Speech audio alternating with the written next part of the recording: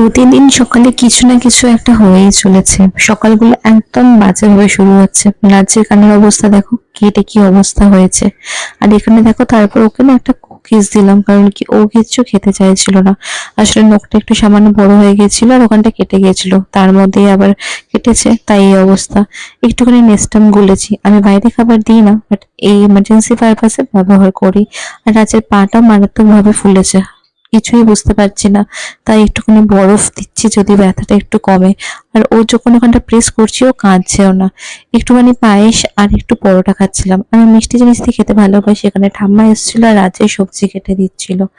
রাজ্য কিছুতেই থাকছে না, এত জ্ঞান জ্ঞান করছে। তারপর ওকে একটু ডাবের জল দিলাম, তার আগে একটু মুসাম্বি জুস দিয়েছিলাম। আর বাড়িতে এই এক ভোটের নিউজ, আর তো এটাই চলছে। যে রাজ্যকে একটু এন্টারটেন করার চেষ্টা করছিলাম। স্নান করে উঠে ওর একটু শরীরটা ভালো লাগছিল, তারপর দুই ভাই মিলে একটু খেলাধুলা করছিল। আসলে স্নান করলে আমাদের বড়দের মতন ছোটদের শরীরটাও কিন্তু ঝরঝরে হয়ে যায়। দেন রাজ্যের সবজিগুলো বসিয়ে নিলাম, আর আজকে ওকে একটু সজনে ডাঁটা দিয়েছি।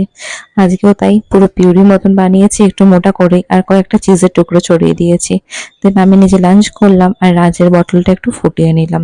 আজকের ওয়েদারটা মোটামুটি খুব একটা খারাপ নেই, জামা কাপড় শুকিয়ে গেছে, তুলে নিলাম। এখানে দেখলাম যে রাজ্য ঘুমাচ্ছে। সত্যি ছাদে গেলে খুব ভয় ভয় থাকে যদি উঠে যায়।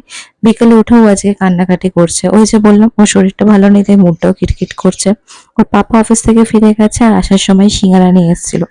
গরম গরম সিঙ্গারাটা সবাই মিলে খেলাম। দেন ওর পাটা নিয়ে খুব টেনশনে ছিলাম, তাই ভাবলাম ডক্টরকে দেখিয়ে আসি। আর রাজ্যকে দেখো, ও আঙুরের জন্য পাগল। ও আঙুর খেতে এত ভালোবাসে যে কি বলবো, আঙুর দেখলেই হয়েছে। দেন এখানে ওর পাপা এসে পাকা আম কাটছিল।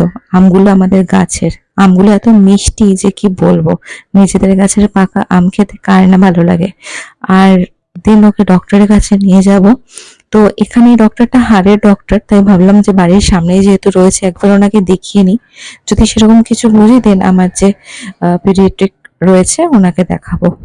কিন্তু উনি বললেন যে রাজের পায়ে হয়তো কোনো পোকামাকড় বা বিষাক্ত কিছু কামড়ে দিয়েছে, তাই এরকম হয়েছে। আসার সময় একটু জুঁই ফুল কিনলাম, আর ও দেখো দাদার স্কুটিতে হর্ন বাজাচ্ছে।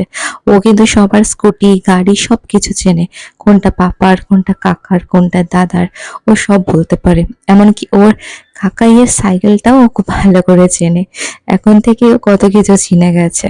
তারপরে একটুখানি মোমো খেতে ইচ্ছা করছিল, তাই আসলাম একটুখানি মোমো নিয়ে যাব, বাড়িতে গিয়েই খাবো। রাস্তায় বসে খেতে আর ভালো লাগছে না। দিনগুলো কেমন হুট করে যেন যাচ্ছে। আজকের মতন টাটা, দেখাবেন নেক্সট ব্লগে।